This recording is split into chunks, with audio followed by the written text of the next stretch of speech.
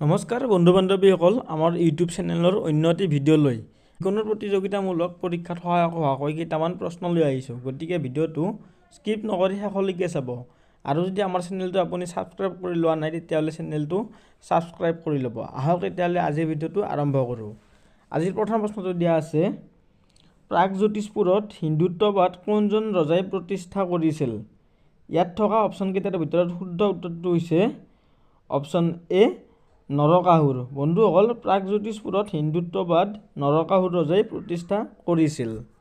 Next কুৱেশ্যনটো হৈছে, প্ৰাচীন কামৰূপৰ কোনজন ৰজাই কুৰুক্ষেত্ৰৰ ৰণত অংশগ্ৰহণ কৰিছিল? ইয়াত থকা অপশ্যনকেইটাৰ ভিতৰত শুদ্ধ উত্তৰটো হৈছে অপশ্যন বি ভগদত্ত। বন্ধুসকল, প্ৰাচীন কামৰূপৰ ভগদত্ত ৰজাই কুৰুক্ষেত্ৰৰ ৰণত অংশগ্ৰহণ কৰিছিল।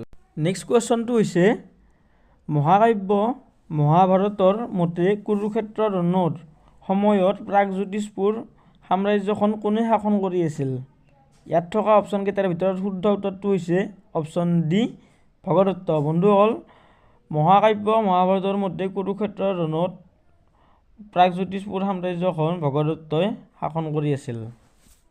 নেক্সট কুৱেশ্যনটো হৈছে, তলত উল্লেখ কৰা কোনখন পুৰাণ অনুসৰি কামাখ্যা মন্দিৰ ভাগ কামৰূপৰ কেন্দ্ৰস্থলত অৱস্থিত? ইয়াত থকা অপশ্যনকেইটাৰ ভিতৰত শুদ্ধ উত্তৰটো হৈছে অপশ্যন বি কালিকা পুৰাণ। বন্ধুসকল, কালিকা পুৰাণ অনুসৰি কামাখ্যা মন্দিৰ ভাগ কামৰূপৰ কেন্দ্ৰস্থলত অৱস্থিত। নেক্সট কুৱেশ্যনটো হৈছে, অসমত মধ্যযুগত যুগত হোৱা দুখন পৌৰাণিক গ্ৰন্থৰ নাম কি কি?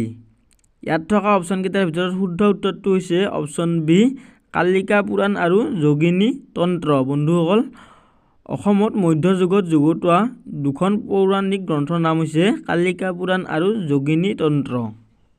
নেক্সট কুৱেশ্যনটো হৈছে, প্ৰাক ঐতিহাসিক উৎস অনুসৰি নৰকাসুৰৰ মাতৃৰ নাম কি আছিল?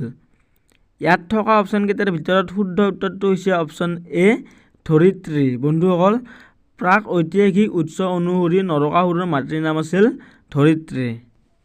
নেক্সট কুৱেশ্যনটো হৈছে, নৰকাসুৰে কোনটো বংশৰ প্ৰতিষ্ঠা কৰিছিল?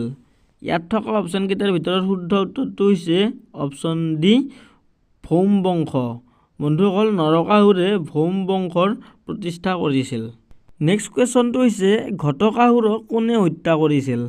ইয়াত থকা অপশ্যনকেইটাৰ ভিতৰত শুদ্ধ উত্তৰটো হৈছে অপশ্যন এ নৰকাসুৰ। বন্ধুসকল, ঘটকাসুৰক নৰকাসুৰে হত্যা কৰিছিল। নেক্সট কুৱেশ্যনটো হৈছে, ৰামায়ণ আৰু মহাভাৰতত উল্লেখ থকা অনুসৰি অসমৰ প্ৰাচীন নাম কি আছিল? ইয়াত থকা অপশ্যনকেইটাৰ ভিতৰত শুদ্ধ উত্তৰটো হৈছে অপশ্যন চি প্ৰাগজ্যোতিষপুৰ। বন্ধুসকল, ৰামায়ণ আৰু মহাভাৰতত উল্লেখ থকা অনুসৰি অসমৰ প্ৰাচীন নাম আছিল প্ৰাগজ্যোতিষপুৰ।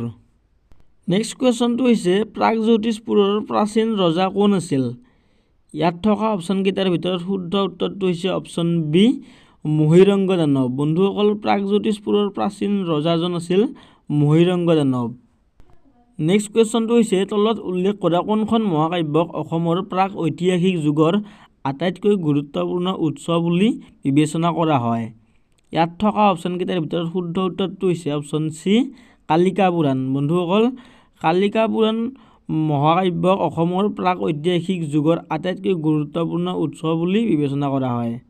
নেক্সট কুৱেশ্যনটো হৈছে, তান্ত্ৰিক পুথি যোগিনী তন্ত্ৰত দুগৰাকী দেৱীক আৰাধনা কৰা হয়, এগৰাকী কালী আৰু আনগৰাকী কোন?